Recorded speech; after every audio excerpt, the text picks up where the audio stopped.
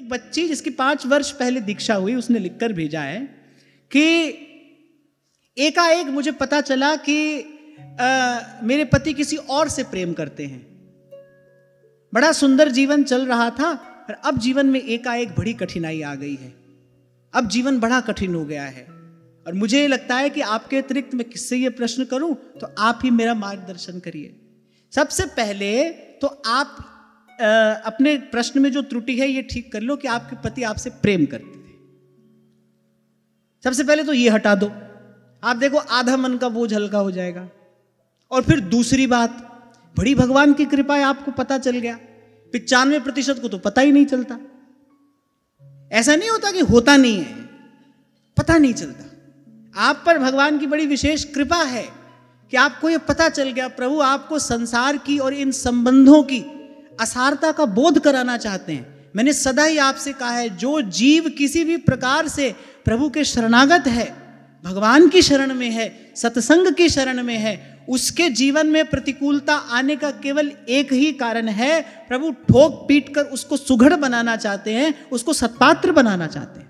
यदि आपको मेरी बात में श्रद्धा है, क्योंकि आपने कहा कि मैं तो आपसे मार्गदर्शन चाहती हूं, यदि आपको मेरी बात में श्रद्धा है तो मैं केवल आपका मन रखने के लिए नहीं कह रहा, मैं बड़े विश्वास से आपको ये बात कह रहा हूं। आपके सामने जीवन का ये कटु सत्य आया है। हमें समझता हूं कि ये स्थिति किसी के लिए भी बड़ी कठिन हो सकती है, ये स्थिति कठिन है, पर आप इस बात का विश्वास रखना कि आपके जीवन में ये कठिनाई, आपके जीवन में ये प्रतिकूलता प्रभु ने केवल इसलिए भेजी है, प्रभु आपको अपने निकट लाना चाहते हैं। प्रभु आपको इस संसार के इस मोह जाल से मुक्त करना चाहते हैं, तभी आपको पता चला है। इसलिए मैंने कहा कि बड़ी भगवान की कृपा पता चल गया। बहुतों को तो पता ही नहीं चलता, वो तो बेचारे इसी भ्रम में ही मर जाते हैं। हमारे पति हमसे प्यार करते हैं, तो पहले तो आप ये समाधान कर लो, प्रेम नहीं करता है कोई यहां किसी से। जो आपको छोड़कर किसी और के पास जाता है, वो किसी और के पास क्या दिन टिकेगा। और ये तो मानव मन है भाई। आंख खोलकर देखोगे, अपना हृदय बड़ा करके इस सारी स्थिति का विचार करोगे, तो एक ही कारण आपको समझ में आएगा, भाई भगवान ने बड़ी कृपा की है। ऐसे ही एक बार एक 70 वर्ष का व्यक्ति रोते रोते ओशो रजनीश के पास गया था। उसने कहा, यहां जीवन के इस पड़ाव पर आकर मुझे पता चला, कितने वर्षों से मेरी पत्नी मेरे साथ विश्वासघात कर रही थी। वो बड़ी जोर से हंसे। अरे मूर्ख, बोले पत्नी पर विश्वास करने के लिए कहा किसने था? ये संसार कोई विश्वास करने के लिए है। इसकी तो सेवा कर दो, इसके बदले में कुछ आशा मत रखो। बार बार आपसे कहता हूं, यहां बदले में कुछ मांगोगे तो बड़ा दुख मिलेगा, बड़ी पीड़ा मिलेगी, क्योंकि इसके पास देने के लिए और कुछ नहीं है। इसके पास देने के लिए कुछ और नहीं है। ये तो दावानल है भाई। गुरु साहब इसको वाणी में अगन सिंधु कहते हैं।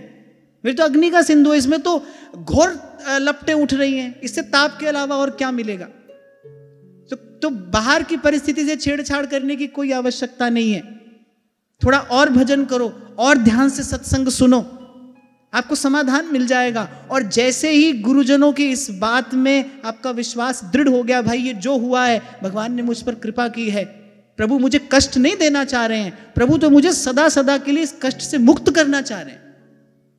संसार की आशा ही कष्ट है भाई, प्रभु मुझे इस बंधन से मुक्त करना चाह रहे हैं। बहुत थोड़े लोग होते हैं। ये दुर्घटना तो सभी के साथ घटती है, किसी किसी के साथ नहीं।